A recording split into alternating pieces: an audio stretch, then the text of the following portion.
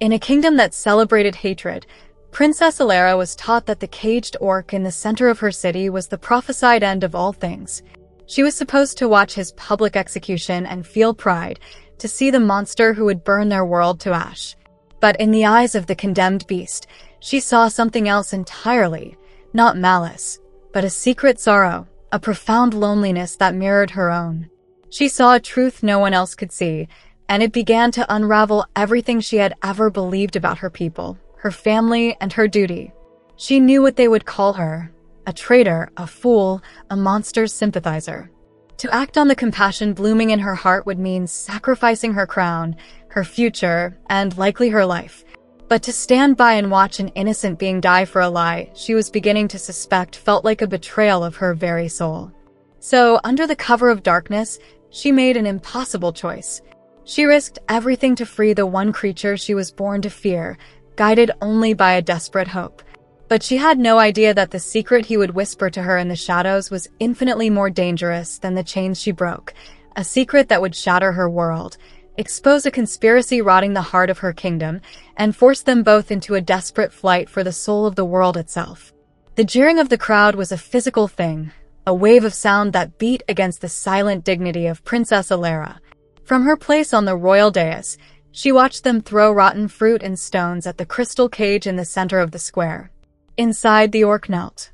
Not in defiance, not in prayer, but in a state of exhaustion, so profound it seemed to have carved canyons into his gray-green skin. They called him the Ashmarked, the beast of the prophecy, the end of their age.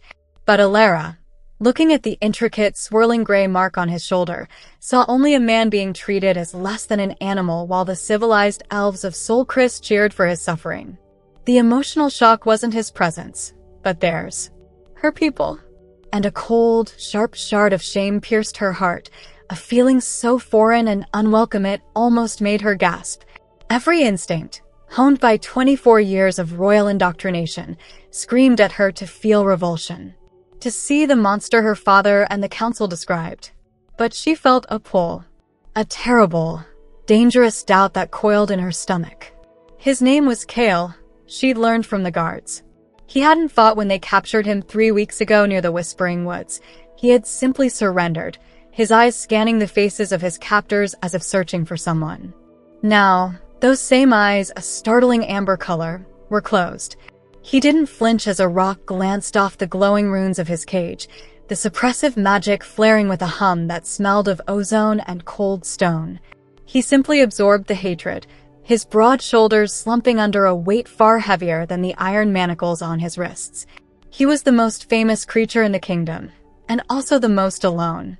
That evening, the palace felt more like a prison than her home. The gleaming spires, grown from living silverwood and enchanted marble, seemed to mock her with their cold perfection. At dinner, her great-uncle, Lord Valerius, a man of 180 years whose wisdom was legendary, spoke of the execution. "It will be a glorious day," he'd said, his voice as smooth as polished river stone. "A necessary ritual to cauterize the wound of prophecy and unite our people in strength." The other council members had murmured their agreement, their silver robes shimmering in the candlelight. Alara had only pushed the food around on her plate.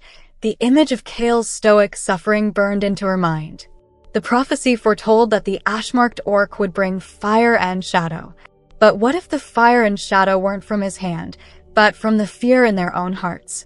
Later, in the solitude of her chambers, surrounded by ancient scrolls and leather-bound books, she searched for an answer. She read the prophecy again and again, the elegant elven script feeling like a lie under her fingertips. When the orc of the Ashmark arises, the age of elves will end in fire and shadow. It was so simple, so absolute. For 800 years since the Great Scission, her people had clung to these words, using them to justify the hardened borders and the deep-seated hatred for the orc clans. Yet, as she stared at the words, a deeper truth resonated within her. It felt hollow, incomplete. There was nothing in her books, nothing in the approved histories. It was a wall of silence, and on the other side was a kneeling orc, waiting to die for a sentence written before he was even born. A tear slid down her cheek, hot and traitorous. She couldn't be the princess they wanted. Not tonight. The decision settled not with a crash, but with a quiet, terrifying calm. She traded her silk gown for simple, dark trousers and a tunic, her silver hair braided tightly to keep it from catching the light. The palace had secrets, and as a lonely child, Alara had learned them all. A loose tapestry here, a pressure plate there, and she was slipping through the cool, silent passages behind the walls, her heart a frantic drum against her ribs. The air grew colder, damper, as she descended into the foundations of the palace, to the high-security cells reserved for magical threats. The two royal guards outside Kale's chamber were slumped over, sleeping soundly, a sweet herbal scent hanging in the air from the crushed leaves she'd left in the ventilation shaft, a simple sleeping draught she'd learned from a visiting human herbalist years ago. He was awake. As she stepped into the faint glow of the luminous stones, his amber eyes snapped open, sharp and intelligent. He pushed himself up straighter, the chains rattling softly. He expected an interrogator, perhaps an assassin. He did not expect the princess. A low, gravelly sound rumbled in his chest. "Come to see the beast up close before the spectacle, princess?" His voice was raw with thirst, but it held a core of steel.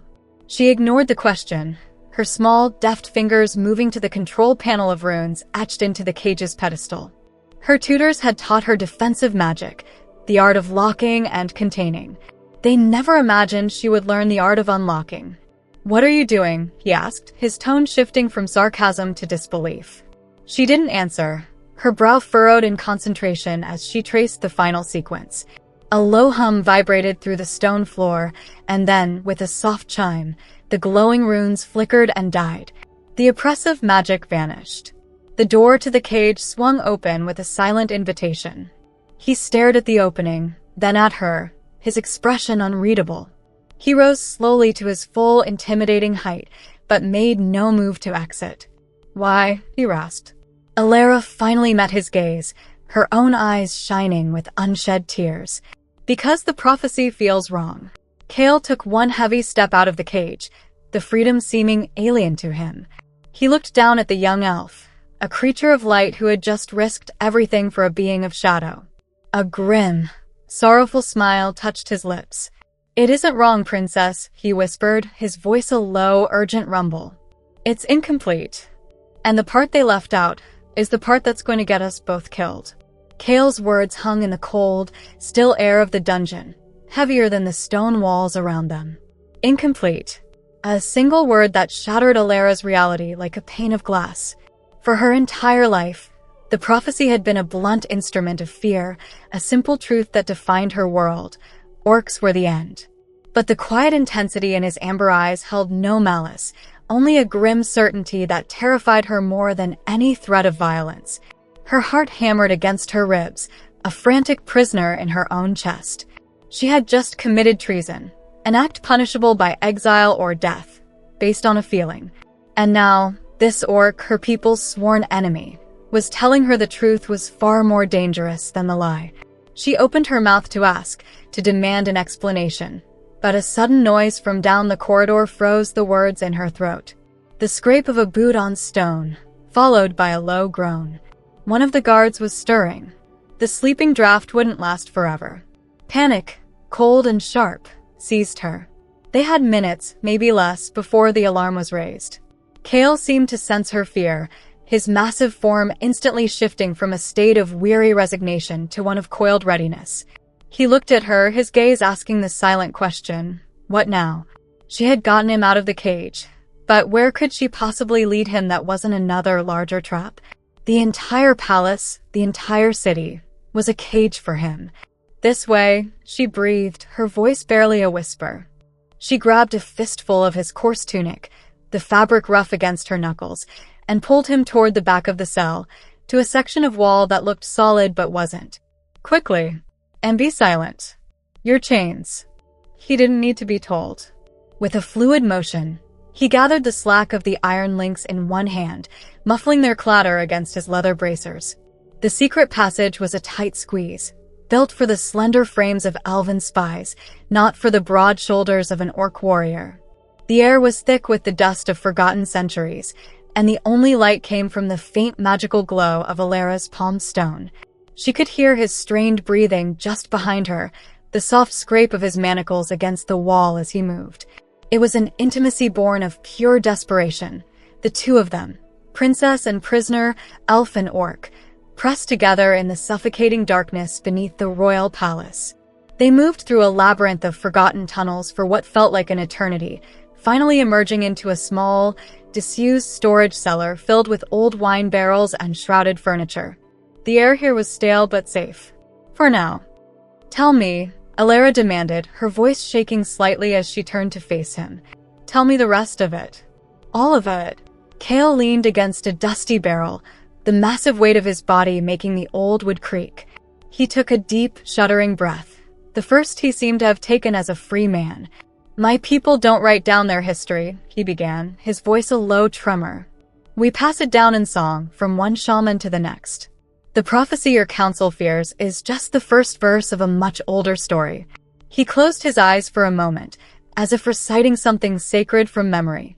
"When the Orc of the Ashmark arises, the age of elves will end in fire and shadow, unless his hand is joined with the sun's daughter, for together they will awaken the true enemy that sleeps beneath the earth." Alera felt the blood drain from her face. Sun's daughter. It was an ancient, ceremonial title for the heir to the throne of Solcris. Her title. What true enemy?" she stammered. "For 800 years, my people have believed." "Your people have believed a lie crafted by your own leaders," Cale interrupted, his voice laced with an ancient sorrow. "The prophecy isn't about a war between us. It's a warning. A long time ago, our people, orcs and elves, fought together to imprison a magical entity, a creature of shadow and silence that devoured all life. They sealed it deep within the planet's core. The prophecy foretells its return. It says that only a union of our two bloodlines, represented by the Ashmark and the Sun's Daughter, can perform the ritual to reinforce that prison or defeat the entity if it breaks free." He looked at her, and for the first time, she saw not an enemy, but a man carrying the weight of a dying world on his shoulders. "Your council knows this. At least some of them must. They captured me not to prevent destruction, but to stop the Alliance. To kill me is to break the prophecy's only hope, ensuring the age of elves ends for good, just as the verse says." A sickening realization washed over her. It wasn't just a lie, it was a suicidal act of pride. Her people would rather face annihilation than admit they needed help from an orc. Before she could voice the 1,000 questions screaming in her mind, a faint sound drifted from above, the murmur of voices. They were close. Alera extinguished her light stone, plunging them into absolute darkness. She motioned for Cale to stay silent, creeping toward a narrow ventilation grate near the ceiling that looked up into a small, torchlit corridor. She recognized it as a private hallway connecting the council chambers to the royal library. Two figures were walking slowly, their voices clear in the silent night. One was her father, the king. The other was her great-uncle, Lord Valerius. "The girl has a rebellious heart, but she is not a fool," Valerius was saying, his voice calm and measured. "She will see the necessity of the orc's death. It is for the greater good." Alera's stomach twisted. Then Valerius spoke again, his voice dropping to a conspiratorial whisper that chilled her to the bone. "Once he is gone and the people are united in their fear, we can proceed with the next phase. The power sleeping below is too great to remain locked away. We will not be its victims. We will be its masters." The world tilted on its axis. Lord Valerius's words, a venomous whisper from the great above, were not just treason. They were blasphemy. "We will be its masters." He spoke of the world-devouring entity not as a threat to be contained, but as a power to be harnessed. The calculated lie, the public execution, the manufactured fear, it was all a prelude to something far more horrifying. Alera pressed her back against the cold stone of the cellar wall, a silent scream trapped in her throat. The man who had taught her history, who had read her stories of elven honor and nobility, was actively plotting the world's end for his own ambition. The shame she had felt in the square was nothing compared to the tidal wave of betrayal that now threatened to drown her. Her entire life, her heritage, the very foundation of her kingdom, It was all built on a rotten, monstrous lie. Beside her in the darkness, Cale went rigid. He had heard it too. She could feel the heat radiating from him, a furnace of controlled rage. He had lived his 28 years knowing his purpose was to save the world alongside an elven princess, only to be caged and sentenced to death by those very people who were secretly planning to unleash the apocalypse he was destined to prevent. His silence was more potent than any roar. It was the sound of a purpose being sharpened to a razor's edge. The footsteps and voices above faded, leaving them in a silence that was now filled with a new and terrible understanding. Everything had changed. They were no longer just a princess and a prisoner. They were the only two beings in this cursed city who knew the full, terrifying truth. And they were standing in a trap. "My father," Alara whispered, the words tasting like ash. Does he know? She needed to believe the king was just a pawn, a blind ruler being manipulated by his trusted advisor. Cale's response was low and grim. "He stood by and listened, princess. At best, he is a willing fool. At worst, he is a partner." The hope she hadn't even realized she was clinging to died a swift, brutal death. She was utterly alone. Her family, her council, her entire kingdom, all were either conspirators or puppets in a scheme that would doom them all. She looked at the orc, the ash mark on his shoulder barely visible in the gloom. He was supposed to be her enemy. Right now, he was the only ally she had in the world. The weight of it was crushing, but it also forged something new in the crucible of her fear, resolve. "We have to get out of the city," she said, her voice finding a strength she didn't know she possessed. "No. Before they realize you're gone." Cale nodded, his amber eyes locking onto hers.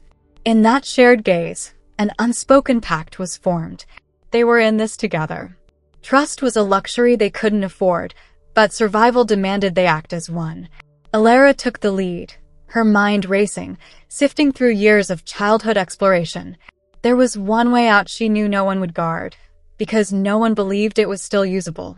An old sewer system, sealed off for centuries after a magical plague that led directly to the Whisperwood River, beyond the city's outer walls. It was dangerous, filled with magical residue and forgotten creatures, but it was their only chance. They moved through the lower levels of the palace like ghosts, Alara's knowledge of the hidden paths their only guide. Every shadow seemed to hold a guard. Every distant sound was the alarm being raised. The tension was a living thing, a third companion in their desperate flight. They finally reached a heavy iron grate in the floor of a forgotten larder. It was rusted shut, but Cale, with a grunt of effort that sent cords of muscle standing out on his arms, tore it from its hinges as if it were made of parchment. A foul, stagnant air washed over them. This was the entrance. As Alara prepared to descend, Cale stopped her, placing a heavy hand on her shoulder. "Princess," he said, his voice quiet. "Once we go down there, there is no going back. You will be a traitor to your people. Hunted. Hated." He was giving her one last chance to turn back. Alara looked at her hand, slender, pale, and trembling slightly. Then she looked at his broad, calloused, and bound in iron. The hand she was supposed to join. She thought of Valerius's chilling words, of her father's complicity, of the cheering crowds. There was nothing for her to go back to. Her home was a lie. Her people were being led to their doom. "My name is Alara," she said, her voice clear and steady, meeting his intense gaze without flinching. "And my people are the ones who need saving, whether they know it or not." For the first time, a flicker of something other than sorrow or grim determination crossed Cale's face. It might have been respect. He gave a single, sharp nod. Without another word, she lowered herself into the Stygian darkness of the sewers, and he followed right behind her. As they navigated the slick, treacherous tunnels, the distant, mournful sound of a horn echoed from the city above. The alarm had been raised. The hunt had begun. The sewers were a vile, suffocating hell. The stench of decay and stagnant magic was so thick it felt like swallowing mud with every breath. Alara, who had spent her entire life surrounded by the clean, floral scents of the palace, fought against the nausea that churned in her stomach. Slimy, Phosphorescent moss clung to the curved brick walls, providing a sickly green light that revealed dark, rushing water and things she didn't want to identify scurrying in the shadows. This was the unglamorous reality of her rebellion, a far cry from the heroic tales in her books. This was the price of truth, filth, fear, and the constant, chilling echo of the alarm horn from the world above, a sound that seemed to chase them through the tunnels. Despite the horror of their surroundings, a strange sense of clarity began to settle over her. Stripped of her title, her silks, and her certainty, she was reduced to her most essential self. And that self was terrified, but not broken. Cale moved ahead of her now, his larger body acting as a shield. He navigated the treacherous, slick walkways with a surprising grace, his chained hands held ready, his senses on high alert. He was a creature of the wild, and even in this man-made underworld, he was more at home than she was. He would occasionally stop, holding up a hand for silence, his head cocked as he listened to sounds she couldn't hear, the drip of water that was slightly off, the whisper of air from a side tunnel. He was her protector, a fact so ironic it would have been laughable if it weren't their only hope for survival. "We need to break these," she said, her voice echoing unnaturally in the enclosed space, gesturing to the heavy manacles on his wrists. The iron was forged with suppressive runes, designed to dampen a prisoner's strength and magic. While Cale's raw physical power was immense, she could see the strain in his movements, the way the enchanted metal seemed to leech the energy from him. "I can't," she admitted, frustrated. "The unlocking spell is tied to the pedestal in the cell. Away from it, the runes are permanent." Cale looked down at his bonds, a grimace tightening his jaw. "Then we make them a weapon," he said simply, swinging the length of chain between his wrists. The heavy links whistled through the air, a clear and deadly statement. He was not a helpless victim. He was a warrior, and he would use whatever tools he had. They had been traveling for what felt like hours when the air began to change. The putrid smell was slowly replaced by the clean, earthy scent of damp soil and wet leaves. They were getting close to the river outlet. But with the promise of escape came a new danger. The magical residue from the ancient plague was stronger here, coalescing into shimmering, semi-sentient pockets of energy that drifted through the tunnels like malevolent jellyfish. Alara felt it as a pressure behind her eyes, a discordant hum that set her teeth on edge. One of the energy pockets floated directly into their path, a beautiful, swirling orb of violet light that pulsed with a silent hunger. "Don't touch it," Cale warned, his voice a low growl. "It feeds on life force." The orb drifted closer, blocking their path completely. There was no way around it in the narrow tunnel. Alara's mind raced. Her formal magical training was in wards and light, spells of creation and preservation. She had no idea how to fight something like this. "I can't destroy it," she said, her voice trembling. "My magic is for gentle things." Cale looked at her, then at the orb, then back at her. "Your magic is part of you, Alara. It is not gentle or harsh. It is simply power. You decide its shape." His words were a revelation. All her life, her tutors had taught her control, restraint, the rigid rules of elven magic. They had never taught her about will.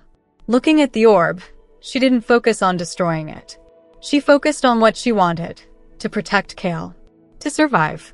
She stretched out her hand, not toward the orb, but toward the damp moss on the wall.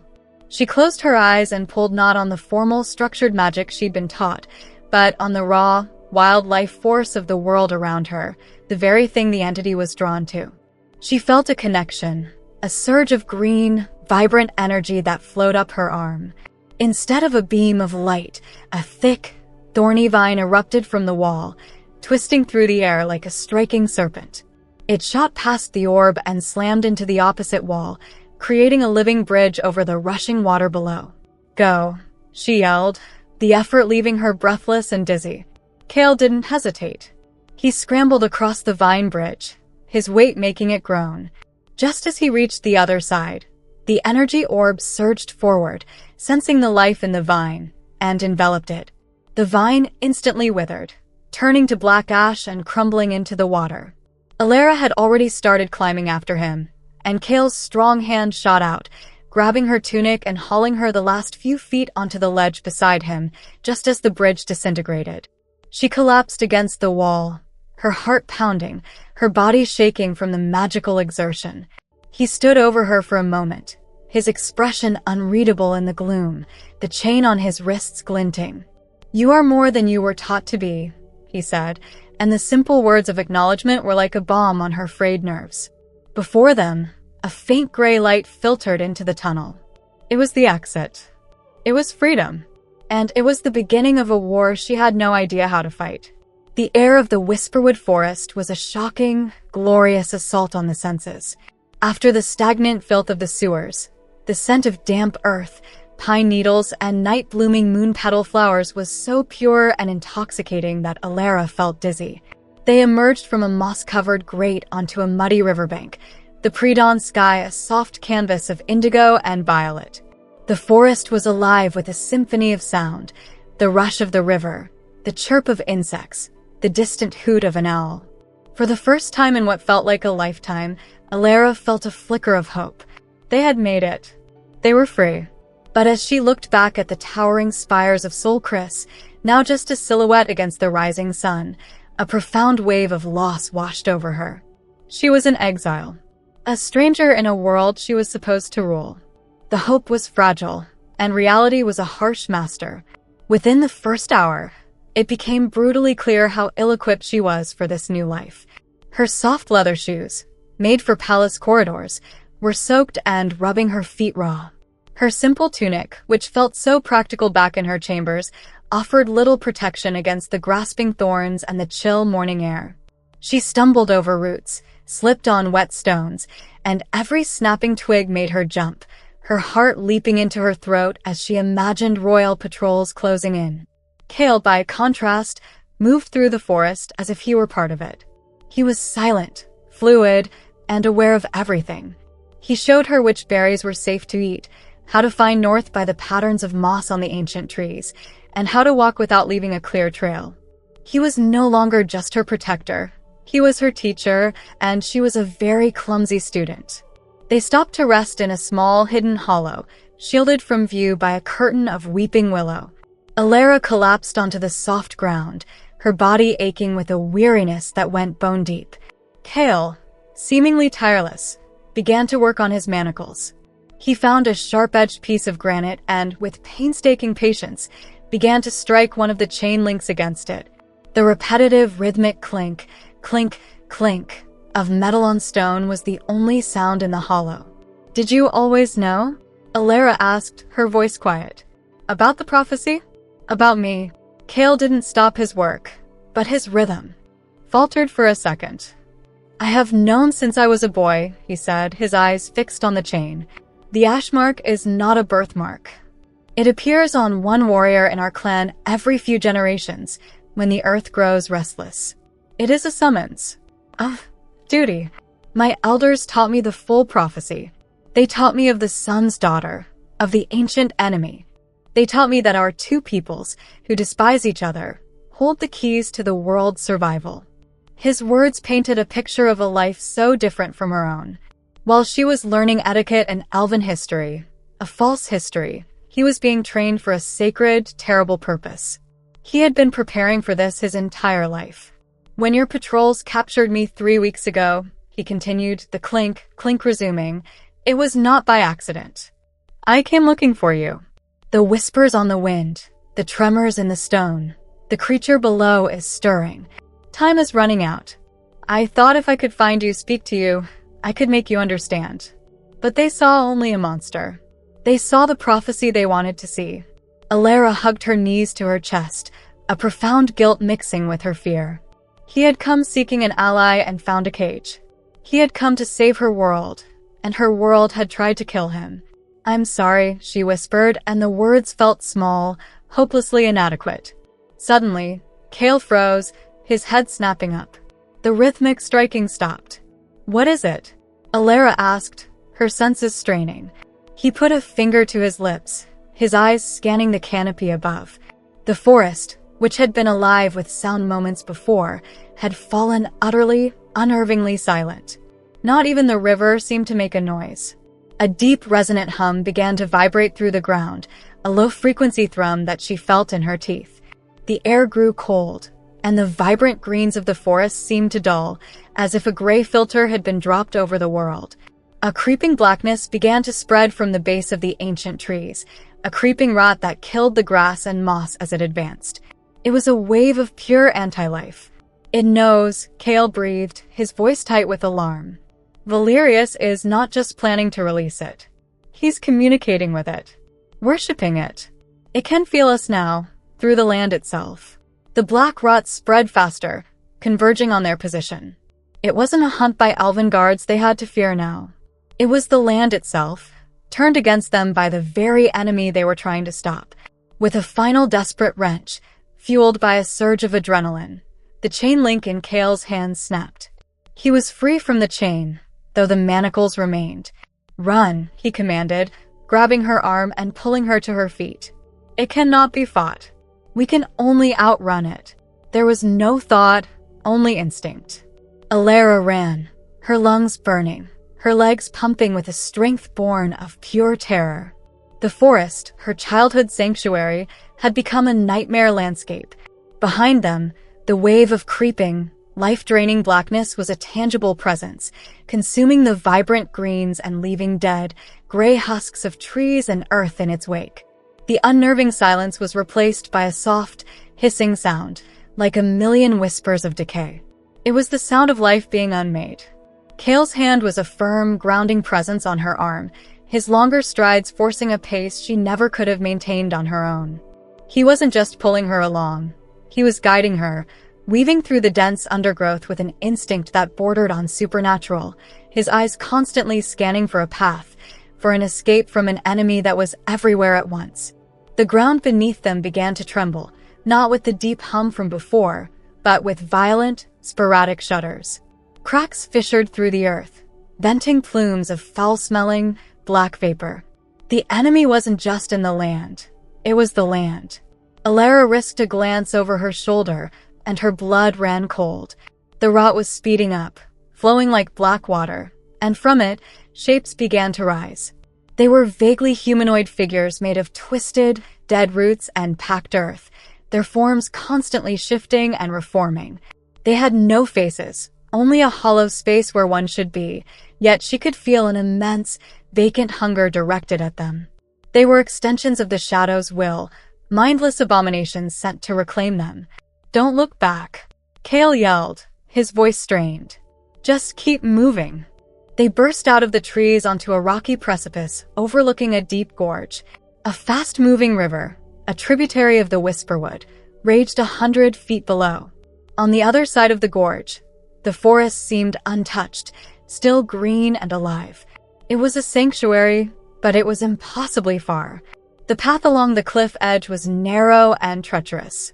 Behind them, the root creatures were emerging from the tree-line, lurching forward with an unnatural, jerky gait. They were trapped. "There's no way across," Alara cried, her voice laced with despair. The hope that had flickered to life that morning was being systematically extinguished. Cale scanned the gorge, his gaze intense. His eyes landed on a colossal, ancient ironwood tree that grew near the edge, its thickest branch extending partway over the chasm. It was still a terrifyingly long drop. "We have to jump," he stated, his tone leaving no room for argument. Alara's stomach plummeted. Jump? It was suicide. But then she looked behind them at the advancing horrors and the creeping death, and she knew he was right. It was a choice between a certain, horrifying end and a slim, desperate chance. The root creatures were getting closer, their hissing whispers growing louder. Cale positioned himself at the very edge of the cliff. "I will go first. When I land in the water, you jump. Aim for the same spot. The current is strong. It will carry you away from the cliff face. Do you understand?" She could only nod, her throat too tight to speak. He looked at her, and in that moment, beneath the sheer desperation, she saw something else in his eyes, a fierce, protective fire. He was not just fulfilling a prophecy. He was protecting her. Without another word, he launched himself off the cliff. She watched in horror as his powerful form plummeted toward the churning water below. He hit the surface with a massive splash and disappeared. For a heart-stopping second, she thought he was gone. But then his head broke the surface, and he gave her a sharp, urgent wave. It was her turn. A root creature lunged, its grasping twig-like fingers swiping at the air where she had just been standing. She didn't hesitate. Squeezing her eyes shut, she took a running leap into the abyss. The sensation of falling was terrifying, a stomach-lurching void where time seemed to stretch and compress. She hit the icy water with a brutal, shocking force that knocked the air from her lungs. The cold was a physical blow, and the powerful current immediately seized her, pulling her under, tumbling her over and over in the disorienting dark water. Panic flared. She was going to drown. Just as her lungs began to scream for air, a powerful arm wrapped around her waist, hauling her upward. She broke the surface, gasping and sputtering, clinging to Cale as the current swept them downstream. The manacles on his wrists, which had been a symbol of his oppression, now served as a handhold for her, a piece of solid reality in the chaos. They were alive, battered and freezing, but alive. As they were carried down the river, away from the dead side of the gorge, Alara looked back. The root creatures stood on the cliff edge, motionless, unable to cross the running water. But the sky above the blighted forest was darkening, swirling with a sickly black and purple energy, as if the very heavens were being corrupted. Lord Valerius wasn't just waking a monster. He was poisoning the world from the inside out. Cale followed her gaze, his expression grim. "This is only the beginning," he said, his voice a low rumble against her ear. "There is a place, a sanctuary hidden in the Ironfang Mountains. A monastery where the ancient lore is kept. It is our only hope of finding out how to fight him, how to reinforce the prison. But the journey, it is long, and the world is now our enemy." The river finally deposited them on a pebbled shore miles downstream, spitting them out of the current like unwanted driftwood. Alara lay on her back, shivering uncontrollably, every muscle in her body screaming in protest. The adrenaline that had fueled their escape was gone, leaving behind a deep, aching exhaustion and a cold that had sunk into her very bones. She had survived. The thought was a distant, hollow echo. She felt less like a survivor and more like a ghost, haunted by the memory of the grasping roots and the dying forest. Beside her, Cale pushed himself to his knees, his breathing ragged. He was also shaking, but his immediate concern was not for himself. He crawled over to her, his movement stiff, and placed a hand on her forehead. His touch, surprisingly gentle for a warrior, was as cold as her own skin. "We need to get you warm," he said, his voice raspy. Now, with a resolve that defied his own exhaustion, he got to his feet and surveyed their surroundings. They were in a small, sheltered cove, surrounded by cliffs that offered some protection from the wind. He disappeared into the sparse treeline and returned minutes later with an armful of dry branches and tinder. Using the same sharp-edged rock he'd used on his chains, he struck it against the iron of his manacle, again and again, until a spark caught in the tinder. Soon, a small, courageous fire was crackling to life, casting a warm, dancing glow over their small patch of shoreline. The warmth was a blessing, a fragile shield against the encroaching cold of the night and the deeper chill of their predicament.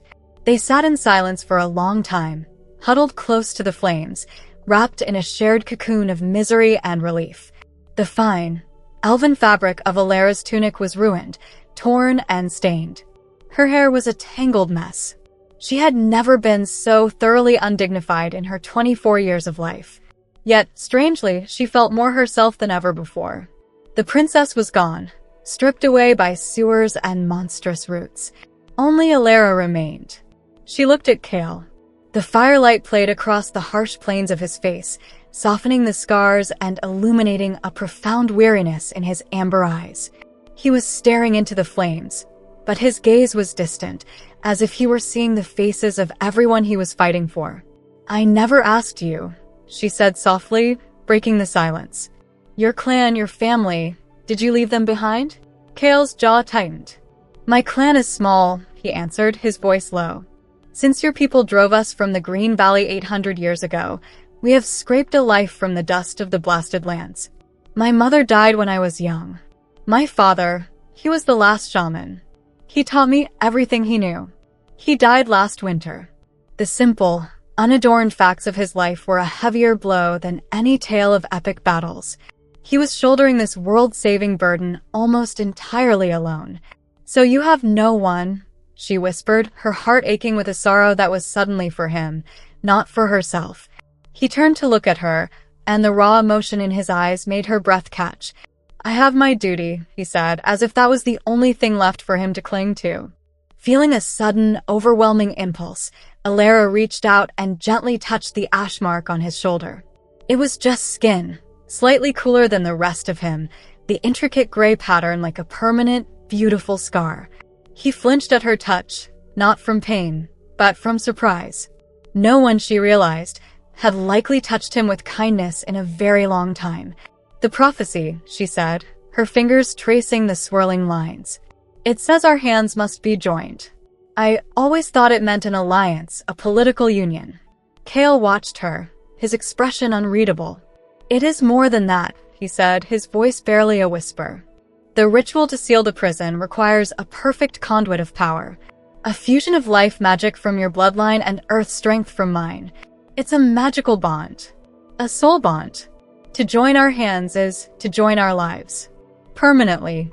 The full weight of his words settled over her. This wasn't just a mission they had to complete. It was a sacrifice. A commitment more binding than any marriage. More absolute than any oath. To save the world, they would have to intertwine their very essences, tying her fate to this orc warrior for whatever remained of their lives. She slowly pulled her hand back, her mind reeling. She looked at him, really looked at him. At his strength, his sorrow, his unwavering sense of duty. He wasn't a monster. He wasn't just an ally. He was her partner in a destiny she was only just beginning to comprehend. The fear was still there, a cold knot in her stomach, but it was now mingled with something else, something warm and terrifyingly new. As his gaze met hers across the flickering flames, she knew, with a certainty that shook her to her core, that her life was no longer her own. And perhaps for the first time, it had a real purpose. A sudden, piercing shriek echoed from the cliffs above them. It wasn't the sound of a root creature.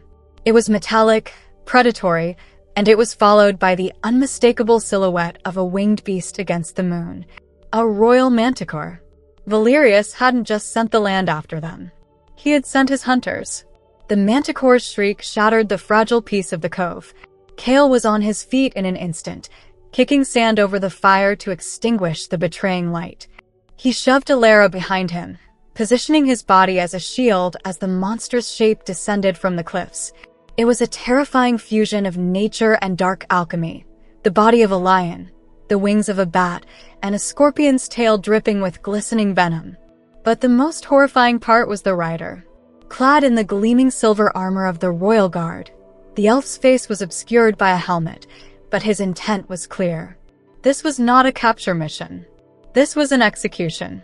The manticore landed with a heavy thud that shook the ground, its 3 rows of teeth bared in a snarl. This was Valerius's answer to their survival. A swift, brutal, and final message. There was nowhere to run. The cliffs were at their back, the river on one side, and the monster in front. Kale stood his ground, the broken length of chain wrapped around one fist, his remaining manacle a crude but deadly bludgeon on the other. He was a cornered wolf, ready to fight to the death. But Alara knew it was a fight he couldn't win. The manticore alone was a formidable foe. With a trained royal knight guiding it, they were doomed. A cold, stark clarity washed over her, the same feeling she'd had in her chambers when she decided to free him. She saw the path forward, not to victory, but to something more important. She remembered his words. To join our hands is to join our lives. She stepped out from behind him.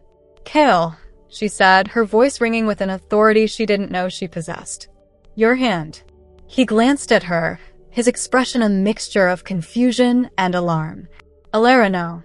Get back. But she did not move. Trust me, she insisted, her gaze locked on his. The ritual. Maybe we don't need a monastery.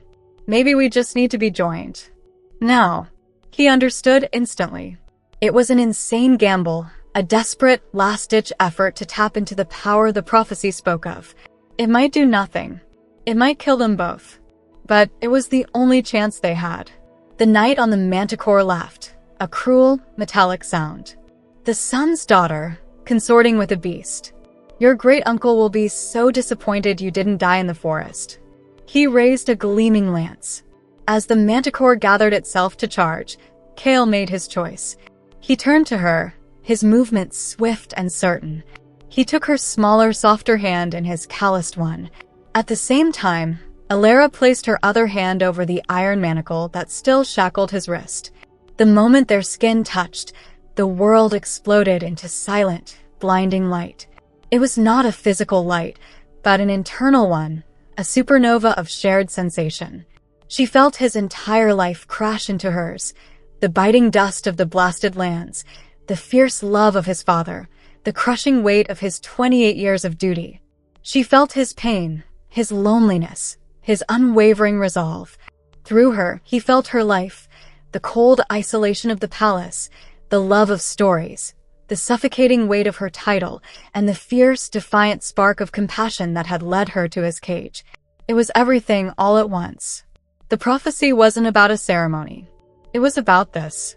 The perfect, absolute understanding of another soul. A torrent of power erupted from their joined hands, not the gentle green magic of her vines, nor the raw strength of his earth connection, but something new. A brilliant, golden energy that was both life and stone, growth and permanence. It surged from them, not as an attack, but as an irrefutable statement of existence. The manticore, caught in the wave of pure life energy, screamed a sound of agony and terror. Its dark, alchemical nature could not withstand the raw power of the bond. The beast reared, throwing its rider, and dissolved into black dust and shadows. The knight scrambled to his feet, staring in disbelief, before the golden light touched him.